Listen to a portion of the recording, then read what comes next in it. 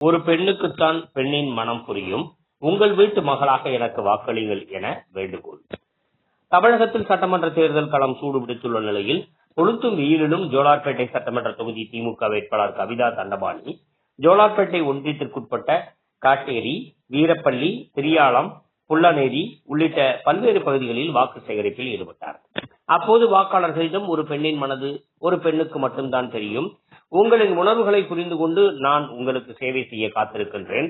உங்கள் வீட்டு பெண்ணாக என்னை நினைத்து எனக்கு வாக்களிக்க வேண்டும் என்று அவர் வேண்டுகோள் விடுத்தார். திட்டங்களை நிறைவேற்றி இருக்கின்றோம்.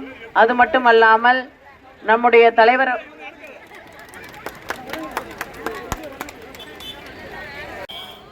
உங்களுடைய குரலாக உங்களுடைய எண்ணங்களை பிரதிபலிக்கின்ற விஷயமாக நீங்கள் என்ன சொல்றீங்களோ அதை நான் கொண்டு போய் அங்க சேர்க்கறதுக்கு எனக்கு ஒரு வாய்ப்பு கொடுப்பீங்களா? சொல்லுங்க.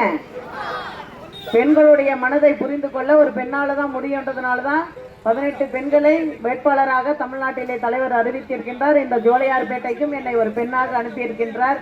நீங்கள் எல்லாம் அதிக வாக்குகள் வித்தியாசத்தில் என்னை வெற்றி பெற வைத்து என்னை சட்டசபைக்கு அனுப்புவீர்கள் என்ற நம்பிக்கையோடு, எனவே நீங்கள் எல்லாம் உதயசூரியன் சின்னத்தில் பெருவாரியான வாக்கு வித்தியாசத்தில் நீங்கள் என்னை வெற்றி பெற வைக்க வேண்டும்.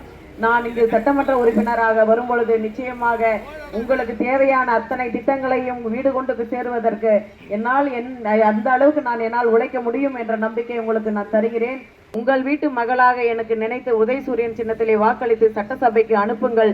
நிச்சயமாக கடந்த வருகின்ற 5 ஆண்டு காலமும் உங்களுக்காக உழைப்பதற்கு நான் காத்து கொண்டிருக்கின்றேன் என்ற வாக்குறுதியை கொடுத்து நீங்கள் எல்லாம் உதயசூரியன் சின்னத்திற்கு வாக்களியுங்கள் என்று கேட்டு விடைபெறுகிறோம். நன்றி, வணக்கம்.